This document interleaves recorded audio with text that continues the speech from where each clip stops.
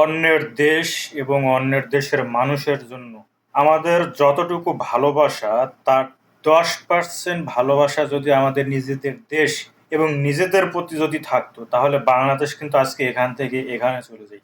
আচ্ছা, আমি একটা জিনিস বুঝি না। গতকালকে না, আজকে ব্রাজিল জিতছে।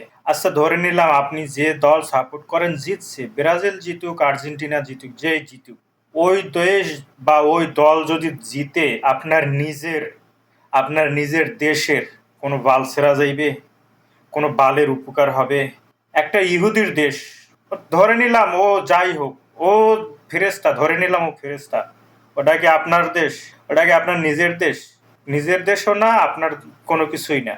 ও বিশ্বকাপ কেন, ও যদি পুরো বিশ্বটাকেও যদি জিতে ফেলে, আপনার নিজের দেশের কোন বাল ছেড়া যাইবে ভাই? আপনার মাথায় কি এতটুকু বুদ্ধি নাই? এই সামান্য বুদ্ধিটুকু যদি থাকতো, বাংলাদেশ আজকে কিন্তু এই পর্যায়ে থাকতো না। আপনার থেকে পাগলও কিন্তু অনেক ভালো বুঝে। এটাকে যদি আমি যদি বলি যে এগুলো আপনারা পাগলামি করেন, ভুল হবে। এগুলাকে বলে ছাগলামি। কারণ পাগলও আপনার থেকে ভালো বুঝে, পাগলও নিজের ভালোটা নিজে বুঝে।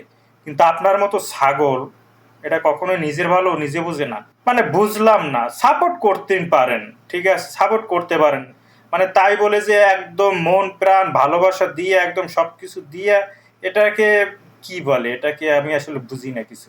এটা কি ভাই? আপনার নিজের কোনো বাল ছেড়া যাইবে? আপনার নিজের কোনো উন্নতি হবে? কি হবে বলতে পারেন? নিজেকে প্রশ্ন করেন।